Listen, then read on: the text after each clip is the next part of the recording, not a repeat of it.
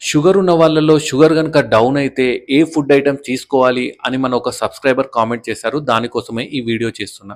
Sugar లో అయినప్పుడు నార్మల్‌గా ప్యూర్ షుగర్ ఉన్న ఐటెమ్స్ తీసుకోవాలి. అంటే 1 టీ స్పూన్ లేదా 2 టీ స్పూన్ ఈ షుగర్ ఏంటంటే వాటర్‌లో కలుపుకొని తాగాలి. లేకపోతే దాని ప్లేస్‌లో హనీ గూడా తీసుకోవచ్చు. లేదంటే గ్లూకాన్-డి పౌడర్ ఉంటుంది గదా! అది గూడా 1 2 టేబుల్ స్పూన్స్ వాటర్‌లో కలుపుకొని తాగొచ్చు. ఫైనల్‌గా ఈ జ్యూస్, ఆరెంజ్ జ్యూస్ గానీ, యాపిల్ జ్యూస్ గానీ ఇవి గూడా తీసుకోవచ్చు. అలా తీసుకుంటే ఏమవుతుంది? అవి తొందరగా అబ్జార్బ్ అయ్యి మన బాడీలో షుగర్ త్వరగా నార్మల్‌కొచ్చేస్తాయన్నమాట. బట్ చాలామంది ఏం జేస్తారు? ఈ బిస్కెట్స్ 4, 5 బిస్కెట్‌లు తినడమో, లేకపోతే 4, 5 చాక్లెట్‌లు తినడమో లాంటివి చేస్తారు. అంత ఎక్కువగా తినడం వల్ల ఏమవుతుంది? షుగర్ నార్మల్‌కొచ్చేస్తుంది. దాని తర్వాత ఇంకా ఎక్కువగా పెరిగిపోతుంది. 300, 400 అలా గూడా వచ్చే ఛాన్సెస్ ఉంటాయి.